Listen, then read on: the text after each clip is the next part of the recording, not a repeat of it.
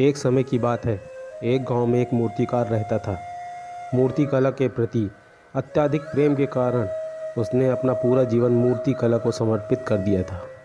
परिणाम स्वरूप वह मूर्ति कला में इतना पारंगत हो गया था कि उसकी बनाई हर मूर्ति जीवित जैसे प्रतीत होती थी।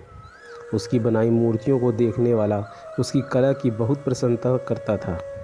उसकी कला के चर्चे उसके गांव में ही नहीं बल्कि दूर दूर के नगरों और गांवों में होने लगे थे। ऐसी स्थिति में जैसे अक्सर होता है वैसा ही मूर्तिकार के साथ भी हुआ। उसके अंदर अहंकार की भावना उत्पन्न हो गई। वह खुद को सर्वश्रेष्ठ मूर्तिकार मानने लगा। उम्र बढ़ने के साथ जब उसका अंत समय निकट आने लगा तो वह मृत्यु से बचने के उपाय सोचने लगा। वह किसी भी तरह खुद को यमदूत की नज़रों से बचाना चाहता था ताकि वह उसके प्राण न हर सके। आखिरकार उसे एक उपाय सूझ गया। उसने अपनी बेमिसाल मूर्ति कला का प्रदर्शन करते हुए 10 मूर्तियां बनाई। वे सभी मूर्तियां दिखने में हूबहू उसके समान थी। बनने के बाद सभी मूर्तियां इतनी जीवित प्रतीत होने लगी कि मूर्तियों और मूर्तिकार में कोई अंतर ही न रहा। मूर्तिकार उन मूर्तियों के बीच जाकर बैठ गया। उपाय के अनुसार यमदूत का उसे इस मूर्तियों के बीच पहचान पाना संभव था। उसका उपाय कारगर भी सिद्ध हुआ। जब यमदूत उसके प्राण हरने आया तो 11 एक तरह की मूर्तियों को देख चकित रह गया। वह उन मूर्तियों में अंतर कर पाने में असमर्थ था, लेकिन उसे मालूम था कि इन्हीं मूर्तियों के बीच मूर्तिकार छुपा बैठा है। मूर्तिकार के प्राण हरने के लिए उसकी पहचान आवश्यक थी। उसके प्राण न हर पाने का अर्थ था प्रकृति के नियम के विरुद्ध जाना।